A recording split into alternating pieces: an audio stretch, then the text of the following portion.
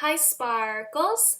Recently, I decided to create a new section titled Unfiltered College Life to give and share with you guys my genuine pieces of advice, my experiences, and my overall perspectives. Now that fall semester has well come to an end, I'm currently on winter break. I've decided to use this time to reflect and, well, create a video for you guys. For reference, I'm currently a freshman undergraduate student at Boston University, studying in Questrom School of Business. Today, I will be discussing 5 pieces of advice I wish I knew before and during college. Let's get started. Number 1, your outlook. What I mean by this is your attitude. You should be open-minded and be prepared for quite a bit of culture shock. Coming into college, we're all high school seniors, rather teenagers who are excited and nervous at the same time. And frankly, most of us don't really know what's going on at the moment. Trust me, I was there last year. I still kind of am. And you have people who are admitted from top 5% of their class, ED, Ivy League rejections probably, and you also have regular admitted applicants. You have individuals who are born in small rural areas and people who are born in the large bustling cities. There are international students and people who have been homeschooled. So imagine all these people now coming together with so many different backgrounds, ethnicities, diversities. Everything is so new and unique, and we're all moving in at around the same time. It's kind of scary because basically we're all strangers who are congregating and about to live life at our designated university. And so it's important that we have expectations, but at the same time, be kind to yourselves. And seriously, I mean it. You know, our processes, our journeys, our upbringings, they're all so different. And college is going to be not the same for everyone in the sense of our emotions, our experiences, and whatnot. So it's so important to keep an open and positive mind. That way it'll relieve yourself from all the stress and anxieties that you might have. And college, I've experienced it so far, it's trial and error. And so you're not going to know what's going on for some time, but it'll eventually, slowly, baby steps, as I like to say, get better.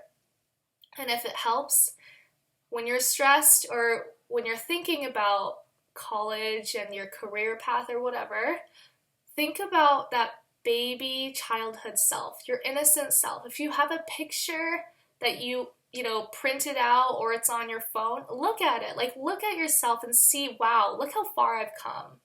And that is already such an impressive achievement, and you should be proud of that. Number 2, organization. So in high school, many of my peers, they would write things down in their planners and use different highlighters and pens and Sharpies.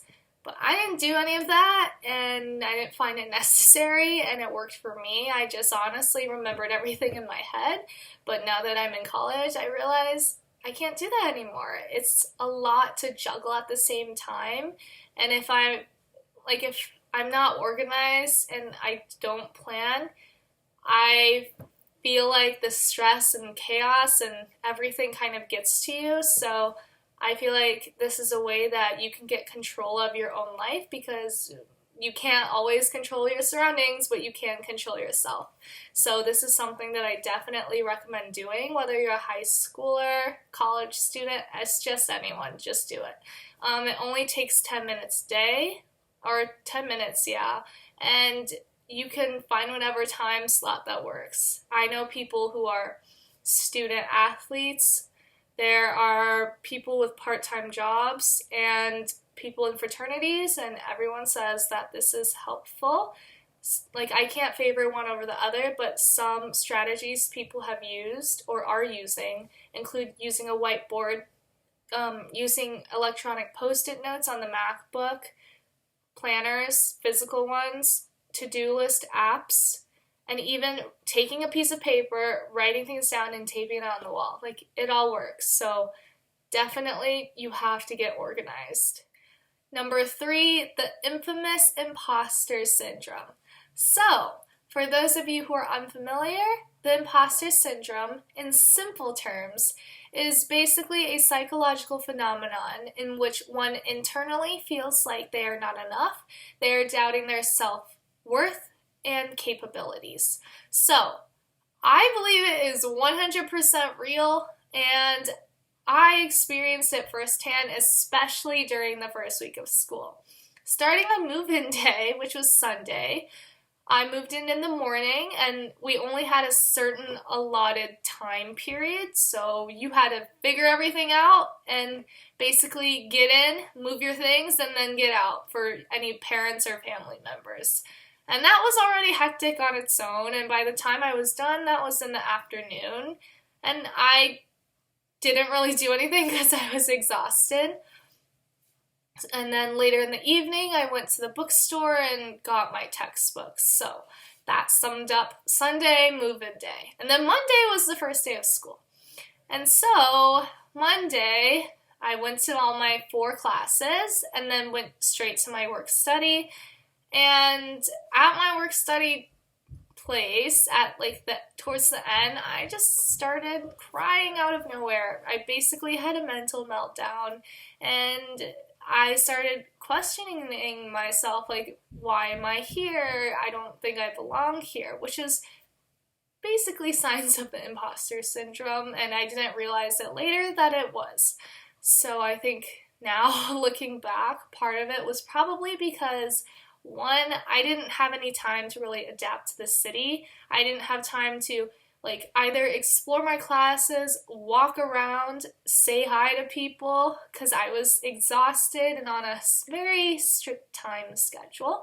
And number 2, in my classes, especially my business class with around 40 to 45 people, I felt kind of dumb, not gonna lie, at first, because everyone around me, they took business classes in high school, so AP Macroeconomics, AP Microeconomics, Business Management.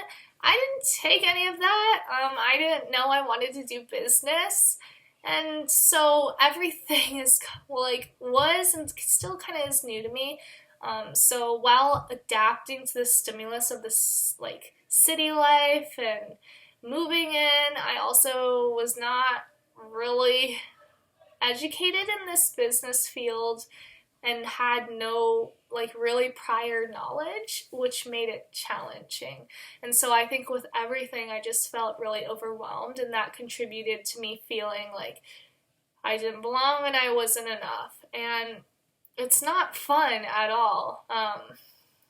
Now I'm looking back at it, I think I really needed that I needed that to cry and just let it all out, because I was going through a lot, and transitioning from living with my parents and not having to worry about, life and being an adult, to suddenly, going to somewhere brand new, being a student, being an adult, navigating a new life was just a lot to handle. And so for me, yeah, I totally felt it. And I'm not an expertise. I don't have a degree in psychology or anything really.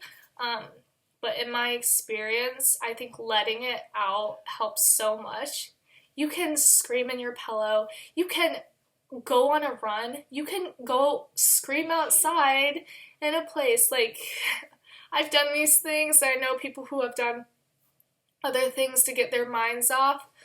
You can exercise. Don't exercise too hard. You can paint, do some arts and crafts, literally sleep.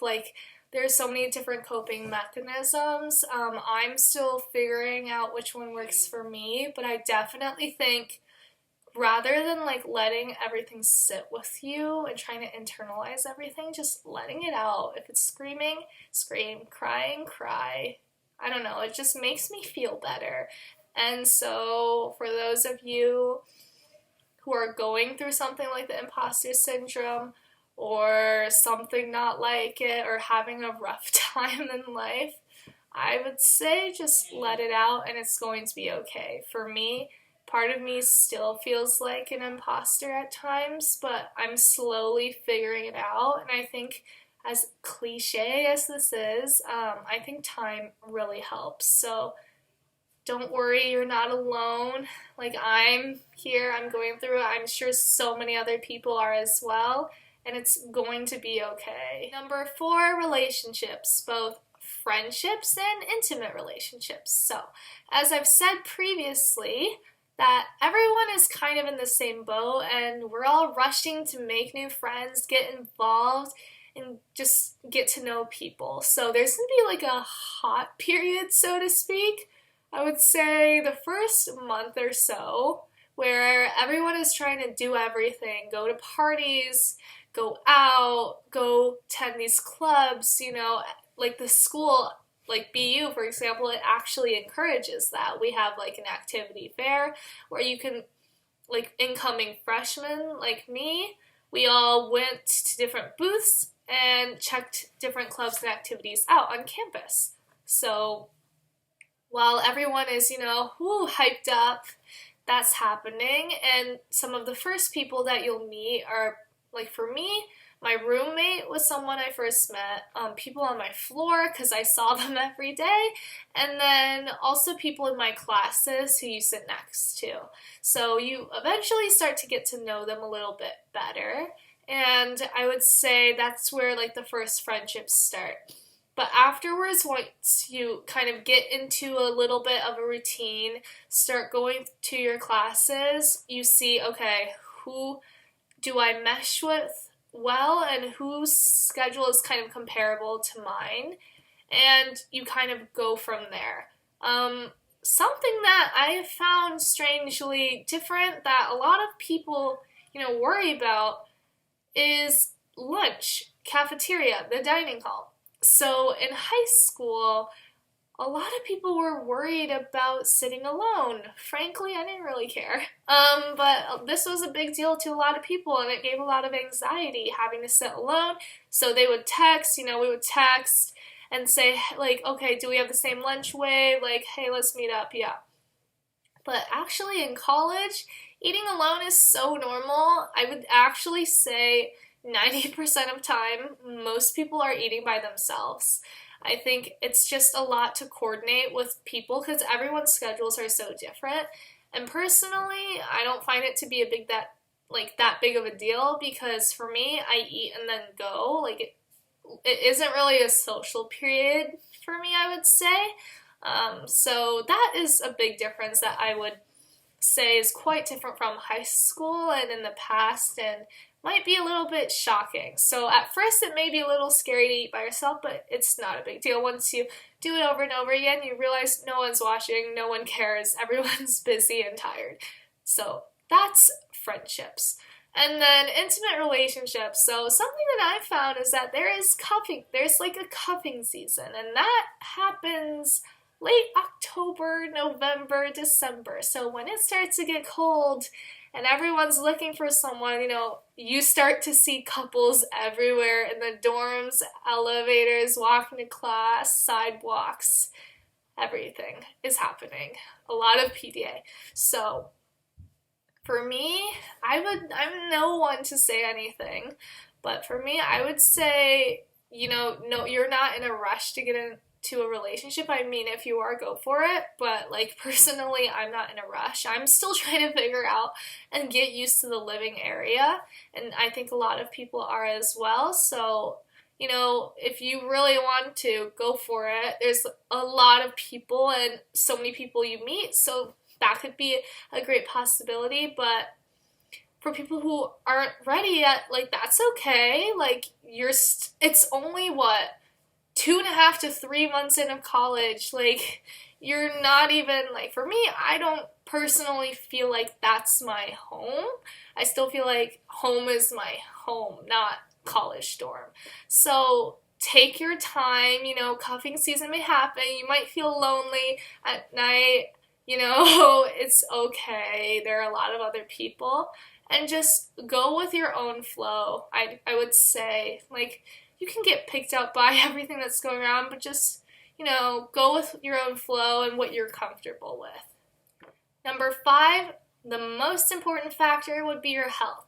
So this includes your weight, eating habits, sleeping habits, exercise, mental, spiritual, physical, and overall well-being. And so I think health is the most important aspect that everyone should worry about.